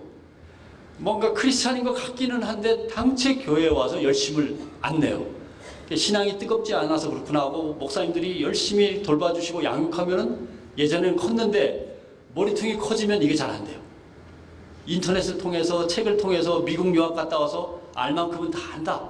이렇게 하면서 자기 나름대로 움직이는 이 교회에 잠깐 머무는 듯한데 저쪽 교회에 가 있고 저쪽 교회에 머무는 듯한데 어느새 또 저쪽 교회에 가 있기도 하고 자기 마음에 드는 교회를 찾아 뱅뱅 돌기만 하고 그러다가 또 자기들끼리 모여갖고 뭐 하나 만든다고 만들었다가 또 조금 있으면 그것도 깨지죠. 깨지면 또 여기저기 흐트러 다니고 그러다가 이제 천주교회로도 한번 가볼까 또 갔다 오고 뭐 이런 거. 이 가나안 성도입니다. 근데 실제로 뭐 이건 길게 설명할 게 아니라 책이 나와 있으니까 가나안 성도로 한번 책을 찾아보시면 나올 겁니다. 아주 자세하게 설명되어 있습니다. 이런 부류의 성도들을 어떻게 취급할 거냐라고 하는 문제가 아주 까탈스러운 문제입니다. 지금도 아마 이런 성도들의 숫자를 따진다면 적어도 100만 가까이는 될 거라고 생각을 합니다만은 앞으로 이 숫자가 늘어나는 게 문제인 거죠. 이 숫자가 늘어나는 게 문제입니다. 이걸 어떻게 다룰 것이냐라고 하는 문제가 숙제로 남아 있습니다. 물론 이 숙제를 풀려면은 교회 청년 조직부터 교회 대학생 조직부터 뭔가 활성화시켜 갖고 그 교회에서 대학을 나오고 청년부 활동을 했다면 그 교회를 자기 어머니로 삼고 끝까지 거기서 결혼하고 아이를 낳고 그 교회를 계속 섬겨나가는 뭐 이 전통을 빨리 살려야 되는데 이 전통이 희미해지면 이게 참 고달파집니다. 그러면 가나안 성도는 자꾸 늘어나고 교회 신도는 줄어들고 이제 이런 문제가 발생하는 가나안 성도가 제일 문제입니다. 이런 친구들이요 주일 성수라는 개념이 뚜렷이 않아지면 점점 더 문제가 커집니다. 주일 성수를 왜 꼭 그 교회에 가서 주일 성수를 해야 돼? 내가 열심히 기도하고 집에서 찬송 부를 수도 있고 친구들 만나서 뭐 산에 올라가서 산에서 우리끼리 한번 성경책도 읽고 찬송가 부르면 되는 거 아니야 식의 주일 성수에 대한 개념이 희미해져 가고 당연히 11조에 대한 개념도 희미해져 가고 이런 식으로 가다 보면 이 친구들이 나중에는 교회에 거대한 압박으로 다가올 수도 있습니다.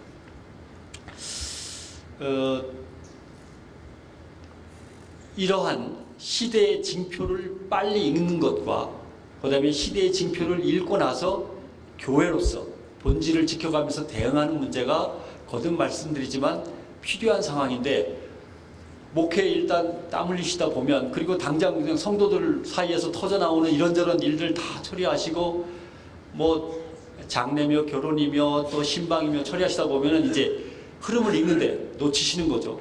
흐름을 읽을 시간조차 없고 이런 것들을 담당해줄 교단이나 교회 연합기구가 제대로 안 돼 있으니까 한국교회가 위기를 벗어나야 되는데 벗어날 동력을 못 구하고 있는 겁니다. 21세기에 등장할 교회의 최대 과제는 물론 뜨거운 신앙과 기도와 여러 가지 문제, 목회와 신학적인 문제는 제껴놓고 첫째는 가난입니다. 가난. 앞으로 절대 부자로 살 수 없습니다. 모든 지구촌의 모든 사람이 미국이나 유럽에 사는 특정한 계층 빼고는 절대로 점점 더 가난해지면 점점 더 가난해졌지 다시 부자가 될 수 없는 환경으로 이미 사회가 갔습니다. 첫째, 가난. 그거와 관련돼서 바로 벌어지는 게 일자리 문제입니다. 실업. 가난하고 실업은 같이 묶여 있습니다. 실업. 그 다음에 고령화입니다. 무지무지하게 나이가 듭니다. 무지무지하게 나이가 들어서 교회에 나이 드신 분들이 넘쳐납니다. 사업하시고 직장 다니시는 분보다 연금으로 생활하시는 분들이 훨씬 더 늘어날 때 어떻게 대응할 거냐. 이건 뭐 최윤식 박사의 2040 한국교회의 미래지도에 자세히 나와 있으니까 나중에 한번 참고를 하시면 될 것 같고, 두 번째는 모자이크입니다. 아까 말씀드린 인종이 다릅니다. 어느 사람은 이슬람 국가에서 한국의 노동자로 온 사람도 있을 것이고, 그래서 어릴 때는 이슬람 교육을 받은 사람도 있을 것이고, 어떤 사람은 태국 같은 불교 나라에서 건너오거나 한 사람도 있을 것이고, 카톨릭이 강한 필리핀에서 건너온 노동자도 있고, 그런 사람이 한국에 와서는 다 기독교로 와갖고 다 모여 앉아 있으면 이걸 어떻게 할 거냐는 모자이크 문제. 그래서 결국 가난과 실업과 고령화와 모자이크, 그 다음에 평신도들이 점점점 머리가 커지면서 말을 잘 안 듣는 가나안 문제, 이것들이 이제 한국교회의 앞에 놓여 있는 과제물이 되겠습니다. 원고는 거기서 끝납니다만 이제 원고에 없는 얘기만 마무리를 좀 지을까 합니다.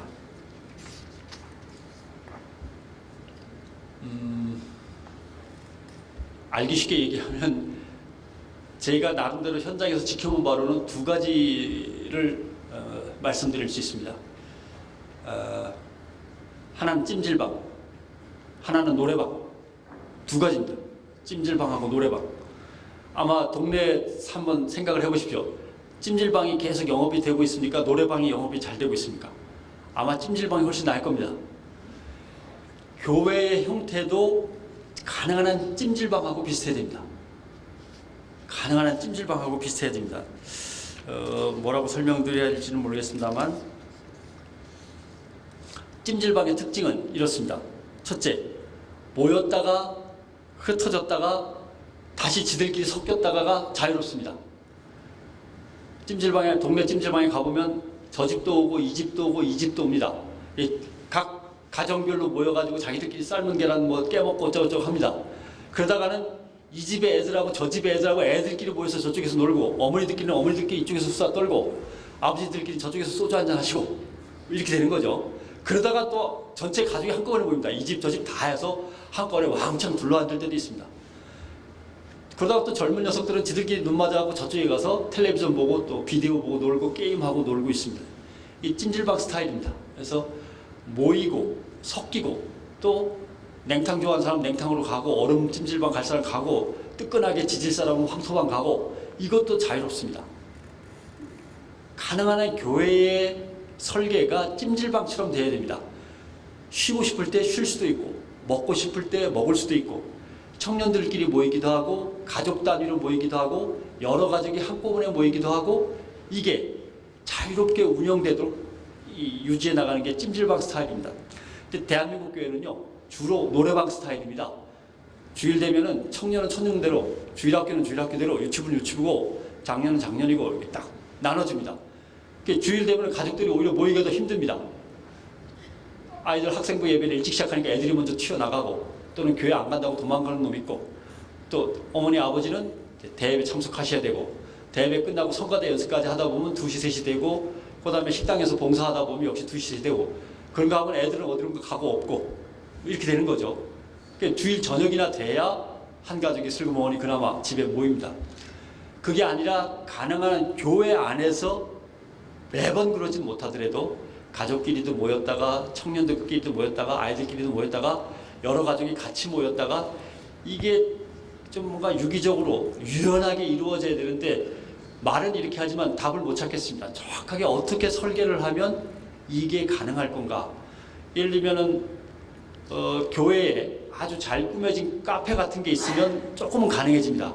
카페에 아주머니들끼리 모이기도 하고, 여집사님들 모이면 저쪽에서 청년들끼리 모이기도 하고, 그 다음에 불러가지고 우리 아들입니다, 인사도 좀 서로 시키고, 이런 모습들이 있더군요.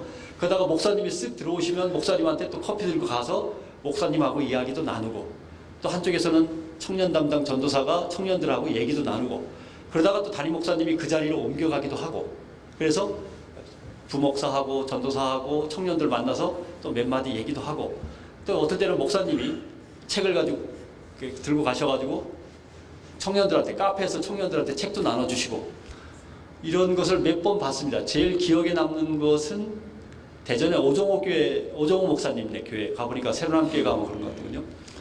카페가 좀 크고 넓고, 커피하고 쿠키, 빵 같은 걸 갖다 한쪽에서 팔고, 그러면 다 우르르 모입니다. 근데 너무 교인들은 많고 카페는 작은 편이 되겠습니다만, 사실은 큰 카페인데도 교인들이 많으니까 카페를 그렇게 활용하는 경우도 있고, 그 다음에 이게 큰 교회만 예를 들 건 아닙니다. 작은 교회로는 어디죠? 한양대 뒤에 그 달동네에 갔더니 카페를 차리긴 차렸는데 교회 안에 차린 게 아니고 교회와 마을이 닿는 그 면에다 차렸습니다. 그러니까 카페를 차려놓으니까 지역사회의 주민들, 교회 안 다니는 주민들도 주일날 달동네니까 커피 마시러 멀리 가지 않고 거기 와서 싸게 1,000원짜리 커피 마시면서 교인들을 만나기도 하고, 근데 만나는데 저렇게 친할 리가 없는데 교인과 교인 아닌 사람들이 뭐 그렇게 가까워 보일 리가 없는데 가까운 이유는 그 앞에 유아원이, 교회에서 차린 유아원이 있더군요. 그러니까 유아원 학부모들입니다. 같이 유아원 학부모들이니까 젊은 아주머니들끼리는 이렇게 친하더라고요. 그런 식으로 교인들끼리도 뭉치지만 교인이 아닌 밖에 있는 사람들끼리도 뭉치고, 이런 문제가 이제 봤습니다. 그래서 아마 카페 같은 경우, 그 다음에 교회가 만약에 그러한 공간적인 여유가 있다면, 미국에서 새로운 흐름은 도시 속의 전원입니다. 도시 속의 전원. 그러니까 교회라는 공간이 울타리가 쳐져 있어서 신도만 받는 게 아니라 울타리 한쪽이 허물어지면서 널찍하게 숲과 정자나 이렇게 그늘막을 쳐놓고 카페가 있기도 하고 카페가 없기도 하면서 거기가 하나의 휴식터가 됐습니다. 이렇게. 그래갖고 지역사회에 그냥 일반 교회 안 다니는 시민들, 주민들이나 교인들이나 거기에서 어우러지고, 교회 다니는 유치부, 뭐 초등부 아이들과 교회 안 다니는 유치원, 초등학교 아이들이 거기서 대충 어우러지고 부모들이 거기서 만나기도 하고, 이렇게 되는 교회 한쪽 공간에 시원하고 그러니까 도시에서 콘크리트만 있지 풀이 별로 없기 때문에 좀 나무 그늘도 약간 있고 의자도 좀 있고 테이블도 있어가지고 뭔가 좀 모일 수 있는 공간을 만들기도 하고, 여러 가지 이제 전략들이 나오는 거죠. 그런 식의 도시 속 전원을 꾸미는 사례도 있습니다. 문제는 노래방처럼 다 분류해서 가둬놓고 목사님이 방마다 이렇게 들어가시는 스타일이 되면 안 됩니다. 그나마 목사님이 방마다 들어가시는 스타일은 잘하시는 겁니다. 그것도 대단하신 거예요.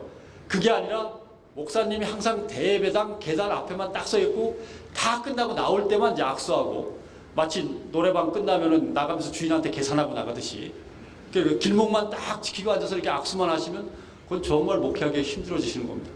그래도 방마다 뛰어다니시면서 만나시면 대단하게 애쓰시는 건데, 그것보다는 목사님이 덜 힘들면서도 효율성 있게 찜질방 스타일로 뭔가 어우러지고 흩어지고 이거가 좀 자연스럽게 연결될 수 있도록 하는, 먹고 자고 쉬고 놀고가 교회 안에서 한꺼번에 다 이루어질 수 있고, 가능한 한 그게 일반 주민들까지 슬쩍 와갖고 끼어들 수도 있는 그런 문제. 이게 이제 첫 번째 과제입니다. 찜질방과 노래방. 두 번째는 21세기 최고의 화두는 커넥티드라고 하는 겁니다. 커넥티드. 뭐냐면은 아마 여러분들의 젊은 자녀들을 아마 생각해 보셔야 할 겁니다. 외부하고 연결되지 않으면 죽습니다. 외부하고 연결되지 않으면 죽습니다. 외부하고 가능한 한 연결되어야 됩니다. 어떤 식으로든 연결되어야 됩니다. 지금까지 한국교회는 연결된 것처럼 보이지만 담장 안에 모였다가 자 밖에 나가서 뭐 합시다 라고 하면 우르르르 가서 하고서 다시 들어옵니다. 그건 연결된 게 아니고 잠깐 방문한 거죠. 고아원을 방문하든 아니면 힘들어하는 이웃을 방문하든 다른 교회에 잠깐 가서 함께 예배를 보고 돌아오든 간에 이거는 연결이 아니라 방문입니다. 방문이 아니라 새로운 화두는 커넥티드입니다. 21세기의 모든 조직은 커넥티드가 안 되면 무너집니다. 한 개인도 그렇습니다. 카톡이나 문자나 전화, 인터넷을 통해서 바깥하고 연결되지 않은, 다른 사람하고 연결되지 않은 개인은 성공할 수가 없는 그런 구조로 세상이 바뀌어 있습니다. 그래서 두 번째 과제는 커넥티드입니다. 뭐 이렇게 복잡하게 얘기할 게 아니라 그냥 뭐 예를 하나 든다면, 제일 아쉬웠던 예만 하나 든다면, 인천 어린이집에서 화면 보셨죠? 빵 때리면 아이가 그냥 팡 하고 나자빠지는 이런 엄청난 폭력이 있었습니다. 근데 이제 여러 가지 생각들을 많이 하셨을 건데, 아니 저렇게 두들겨 패는 어린이집에 왜 부모들은 저 어린애들을 맡겨야만 할까? 왜 맡겼을까라고 하지만, 먹고 살려면 맡길 수밖에 없습니다.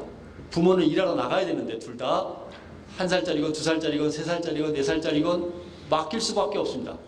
맡겨도 문제가 있는 것이 저렇게 때리기도 하고, 4시, 5시 되면 애를 찾아야 됩니다. 아니면 6시 되면 애를 찾아야 되는데, 어느 직장이 6시에 땡 하고 끝나는 직장이 있겠습니까? 없습니다, 잘. 7시, 8시 그러면 또 부모는 전화 걸어서 우리 애 한 2시간만 더 봐주실 수 없어요? 제가 막 지금 갑니다. 이렇게 전화를 해야 되는 거죠. 이게 아까 말씀드린 교회가 세상을 읽고 대응하는데 세상의 문법을 봐야 된다고 하는 것이 바로 이런 겁니다. 교회에서 유아원 많이 하실 겁니다. 정말 주민들이 필요로 하는 유아원은 아침 8시부터 밤 8시 정도까지 보살펴주는 올데이 케어입니다. 하루 종일 보살펴주는 유아원이 필요합니다. 그러나 대개 교회에서 운영하는 선교원, 유아원은 그렇지 않습니다.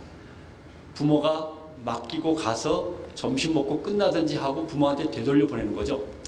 그러나 만약에 교회가 좀 더 공을 들여서 면접을 확보하고 아침 7시 반부터 저녁 한 9시까지 돌봐주는 유아원을 만든다 그러면 거기에 신앙이 전혀 없는 주민이라 하더라도 안 갈 수가 없습니다. 점점 가난해지고 점점 맞벌이를 해야 되는데, 그렇게 이른 시간부터 저녁 늦은 시간까지 아이를 돌봐주는 곳이 있다면 그럼 뭐 무조건 맡기는 거죠. 사실 그렇게 될 겁니다. 그러나 그런 유아원이 없습니다. 올데이 케어 할 수 있는 유아원이 없습니다. 오히려 병원들은 그런 것에 눈을 맞춰가지고 병원들은 그런 게 조금씩 늘어나고 있습니다. 조그만 병원들은. 근데 유아원이 그런 게 없습니다. 유아원이 없어요. 그래서 그런 유아원이 필요한데 이건 정부가 못합니다. 정부는 힘이 없습니다. 다만 교회만이 가능합니다. 교회만이 가능합니다. 성당도 불가능합니다. 성당은요, 동마다, 큰 동마다 하나씩 있지, 교회처럼 지역사회의 주민들 옆에 블록마다 하나씩 교회가 촘촘히 바뀌어 있어야지, 성당은 어쩌다 하나 있어갖고 이렇게 하고 싶어도 못합니다. 만약에 그렇다면은 생각해 보십시오. 내 아이를 이른 아침부터 밤늦게까지 돌봐주는 교회가 있는데 그 교회가 내 아이를 그렇게 잘 돌봐준다면 교회에 나가야지 교회에 안 나가겠습니까? 교회하고 주민들이 이렇게 해서 커넥티드, 연결되는 겁니다. 근데 교회만이 가능하다고 하는 또 하나의 이유는 교회에 있는 나이 드신 집사님들이나 권사님들이 직장을 그만두고 일손을 놓고 계신다면 교회에서 젊은 전도사님들이 짝짝꿍을 가르쳐 드릴 게 아니라 그분들한테 할 일을 드려야 됩니다. 예, 보육교사는 물론 교육과정이 있으니까 보육교사는 그 유아원에 있지만 권사님들이 가서 할머니로서, 아이를 많이 키워본 할머니로서 아이들을 함께 돌봐주고 음식에도 같이 해주고 이 교사들을 갖다 서포트 해줄 수 있는 거죠. 시간이 많지 않으시니까 한 3시간씩이라도 나눠서 교대로 한 2분씩 가서 한다든가 이럴 수 있는 조직은 기독교밖에 없습니다. 그래서 뭔가 사회를 제대로 읽었다면은 교회 유아원도 이제 바뀔 때가 됐는데 거기에는 물론 자금도 더, 재정도 더 투자를 해야 되고 뭐 여러 가지 필요하겠습니다만은 실제로 어차피 교회는 재정을 들여서 많은 선교 사업을 합니다.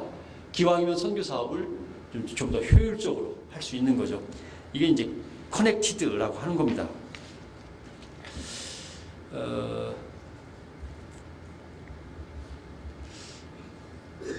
이 얘기를 갖다 하기가 조금 이제 아까 고민을 좀 했습니다. 새로운 교황이 이끄는 새로운 카톨릭의 문제를 얘기했습니다만은 교황이 다녀간 다음에 천주교가 뭐가 변했어 궁금하시죠? 교황이 다녀간 다음에 천주교가 변한 것은 겉보기에는 잘 드러나지 않습니다만은 2가지의 변화가 있습니다. 제가 본 거는 첫째, 그 주교들이 그 주교관이라고 하는 사택을 가지고 거기서 파출부를 이제 쓰면서 생활을 합니다. 거기서 이제 먹을 것도 사고 뭐 이거 입을 거 뭐 다 정리하고 이렇게 하는데 예산이라는 게 있습니다. 예산에 매월 잔고가 0 만들기 운동이 있습니다. 0. 그러니까 그 달에 들어와서 수입으로 잡힌 돈은 그 달에 다 나가야 되는 겁니다. 돈이 남았어요. 남으면 어떡하겠습니까? 당연히 헌금하든지 구제에 쓰든지 선교에 쓰든지 0을 만드는 새로운 운동이 주교들 사이에서 조금씩 일어나고 있습니다. 자기가 그렇게 결의를 하고 소원을 한 거죠. 이게 나를 위해서 돈을 쌓아두지 않겠다라고 하는 겁니다.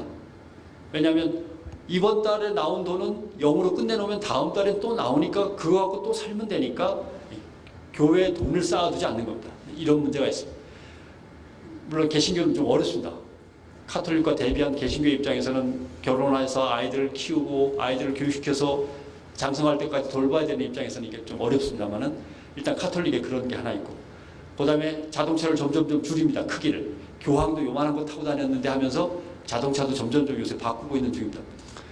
다른 게 걱정이 아니라 가톨릭의 이런 움직임이 커지고 이것이 세상에 이제 알려지면은 개신교가 또 비교를 당합니다. 이런 부분에서 한국교회가 빨리 짜임새를 갖춰야 된다라고 하는 말씀을 드리고 싶고,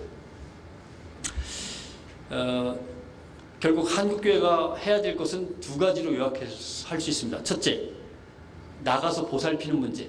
가난하고 일자리가 없는 사람들, 나이가 들어서 힘들어지는 사람들이 많이 늘어나고 남의 나라에 와서 살기 힘든 모자이크가 많아지는 이 시점에서 한국교회가 할 일은 나가서 보살피는 문제, 그 다음에 우리 교회에 들어와 봐라, 얼마나 좋은지라고 하는 들어와 보라라고 자신있게 권할 수 있는 것, 두 가지가 갖춰야 됩니다. 나가서 봉사하고 구제하고 선교하는 것은 늘 하시는 대로 열심히 하시면 되는 거고, 그 대신 이제 들어와 봐라, 이 기독교회, 한국교회가 얼마나 따뜻하고 편안하고 유쾌하고 즐거운지 와서 보라, 이 두 개를 갖추셔야 됩니다. 새로운 세대는 까탈스러워서요, 나가서 뭔가 보람인들 하는 것도 챙기지만 그 교회에 들어갔을 때 뭔가 쾌적하고 즐겁지 않으면 도망갑니다. 두 가지를 한꺼번에 갖추는 문제가 있습니다. 나가서 보살피는 문제, 들어와 봐라, 얼마나 좋은지라고 자신있게 권하도록 준비하는 문제, 이 두 가지가 한국교회 숙제가 되어 있고요. 예를 들면 찜질방 구조라고 했는데, 찜질방 구조가 어떤 구조냐면 하나만 더 말씀드리면 가장 비근한 예로 이런 걸 들 수 있습니다. 교회에서 장로님이 돌아가셨어요. 교회에서 장로님이 소천하셨는데 소천하신 장로님의 장례식장에 담임 목사님하고 부목사님하고 수석 장로님만 가면 이건 노래방 구조입니다. 이건 노래방 구조입니다. 장로님이 소천하셨는데 교인들이 우르르 가면 이게 이제 찜질방 구조가 되는 겁니다. 찜질방에서 누가 하나 쓰러지면 사람들이 다 몰리지 않습니까? 찜질방에서 누가 하나 쓰러지면 사람이 쓰러졌대 하면서 우르르 몰립니다. 노래방에서 누가 노래 부르다가 고혈압으로 쓰러지면 그 사람만 들려나가고 끝나는 겁니다. 구조가 다릅니다. 실제로 보니까 몇몇 교회는 얘기를 들었습니다. 어떤 목사님이 하는 교회는 소천하셔가지고 장례식이 있으면 목사님이 당연히 가서 집례하시고 다 해야 되지만 교인들이 전 가정이 다 가는, 아니면 전 가정이 다 가는 건 그나마 작은 교회고, 큰 교회 같으면 그 구역이 아무튼 다 갑니다. 그 구역이 다 갑니다. 일단 갑니다. 아이들까지 데리고 가는 경우도 있고, 다 가서 가족 대 가족으로서 가족으로 만나는 겁니다. 그 상당한 가족을. 이래야 되는데 대개는 목사님이 마치 출장 가시듯이 목사님만 가시는 경우가 많아서 이런 식의 구조들을 하나씩 깨트려 나가는 게 찜질방 구조가 되는 겁니다. 이 찜질방 구조에 사람들이 들어가 봐야 교회라는 게 이렇게 가족처럼 서로가 어우러지면서 지내는 거구나 라고 하는 건데, 교회에 새로 출석을 해도 그냥 담당 집사님이 새신자 왔다고 뭐 양육카드 적고 어쩌고저쩌고 하면서 그냥 한 두어 주 지나면 똑같아지는 이런 게 아니라 뭔가 좀 다른 구도가 만들어져야 된다라고 이제 머리를 짜내셔야 될 것 같습니다. 저는 이렇게만 뭐 얘기 드릴 수밖에 없습니다. 와서 보라고 할 우리 교회의 따뜻한 그리고 자랑스러운 풍토를 만들어내는 것, 이것이 이제 시급한 가족이고요. 아무튼 조금만 더 넓게 생각해 주셨으면 좋겠습니다. 마을이 무너지면 교회도 무너져야 된다고 생각하시는데 대개는 마을과 관계없이 교회가 부흥할 수 있다고 생각하시는 거에서 약간의 착오가 생깁니다. 아까 유아원 얘기도 듣고 장례 얘기도 들었습니다마는 소천하신 분이 혹시 내 교회 성도가 아니더라도 우리 교회 가까운 곳에서 장례가 생겼다면 뭔가 돌보셔야 합니다. 돌보셔야 합니다. 제가 항상 그 신학도들한테는 얘기를 합니다. 교회는 공간이 아니라 시간이다. 교회가 공간이라고 생각하면 안 된다. 교회가 건물을 짓고 건물에 사람들이 모이니까 교회가 공간이라고 생각하는데 절대로 교회는 공간이라고 생각하지 말아라. 교회는 시간이다.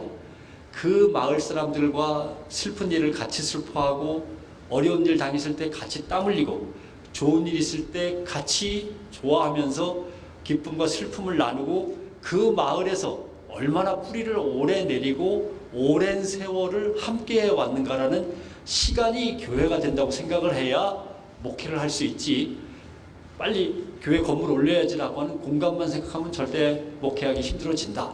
교회는 결코 공간이 아니라 시간이다라고 하는 그런 말씀을 드리고, 그 다음에 또 하나 조금 더 넓혀서 생각하면 교회는 커넥티드입니다. 근데 이 커넥티드의 방향을 더 넓혀야 됩니다. 예를 들면 김장철이 됐다 하면은 교회가 벌써 마당을 활짝 열고 직거래한 농산물 가져와서 마을 주민들한테 싸게 넘기고 고춧가루, 배추, 무도 넘기고 벌써 이런 작업이 이루어져야 되는 겁니다. 대개 농산물이 소비자까지 오는데 몇 단계가 있냐면 7단계나 8단계가 있습니다. 무지하게 배추가 비싸지는 거죠. 100원짜리 배추가 2,000원이 되는 겁니다.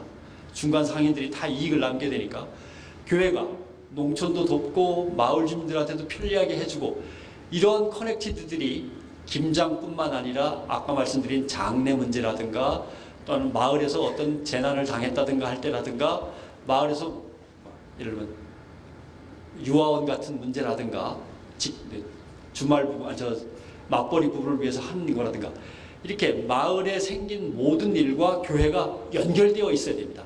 그게 사람이 세상을 떠나서 치르는 장례건 김장을 담그는 문제건 마을에 방학이 되어서 애들이 바글바글 방학 때 집에 있는데 뭐 할 게 없어갖고 부모들은 다 맞벌이 나갔다면 교회가 마을에 바글거리는 아이들을 위해서 뭐라도 하나 열어주든 이렇게 해가지고 공부방을 열어주든 하다못해 이런 식으로 마을 사람들, 마을 공동체가 갖고 있는 모든 문제와 일에 대해서 교회가 다 커넥트가 돼 있어야 돼요. 농촌에 가니까 그렇더군요. 농촌에서 컴퓨터를 제일 잘 만지는 분은 목사님이시더군요. 그러니까 마을 주민들이 농사짓는 노인네들이 목사님한테 의지를 안 할래야 안 할 수가 없습니다. 목사님만이 그나마 인터넷을 하고 뭔가를 주문하고 사람들을 모여서 뭔가를 조직하고 공문서라도 작성해서 관에서 뭐라도 받아오고 이런 것들이 다 목사님을 중심으로 이어지는 농촌교회들을 많이 봤습니다. 이런 식이죠. 도시도 마찬가지입니다. 마을의 모든 일은 교회와 연결되어 있어야 한다라는 생각을 가지시고 우리 교회가 이 마을에서 할 수 있는 일들을 한번 찾아보십시오. 그래서 마을이 무너지면 교회가 무너진다고 생각하시고 마을과 함께한 시간들이 바로 교회라고 생각하시고 뭔가 새롭게 기반을 다져가고 연결시키지 않으면 한국교회를 갖다 새롭게 일으킬 통로가 잘 보이지 않는 거죠. 긴 얘기를 말씀드렸습니다만 아마 이쯤에서 마무리 돼야 될 것 같고, 다만 아까 가나안 성도 말씀을 드렸는데 평신도들을 어떻게 이 평신도들은 다 박사들이고 사장들이고 뭐 다 알만큼 아는 인간들이 많습니다. 이거 힘을 어떻게 끌어다가 교회를 위해서 쓸 건가라고 하는 것들에 대해서 좀 고민을 많이 해주시고 그들을 어떻게 설득해낼 건가도 지금부터 고민하지 않으면 목사님들이 고민하지 않으면 그 사람들이 먼저 떠납니다. 목사님의 고민보다 그 사람들이 떠나는 게 더 빠르면 골치 아파집니다. 이게 이제 거의 아마 2018년, 2020년도부터 상당히 본격화될 그런 상황들입니다. 그리고 역시 이단 사이비 문제는 교회의 근거심을 좀 계속해서 꾸준히 불러일으키시면서 신도들을 다잡아 주시는 문제도 목사님들이 해야 주셔야 될 것 같습니다. 뭐이 평신도가 엄청나게 많은 짐을 드려서 대단히 죄송합니다. 여기까지 하겠습니다. 혹시 궁금한 거 있으면 제가 답을 하도록 하겠습니다. 고맙습니다.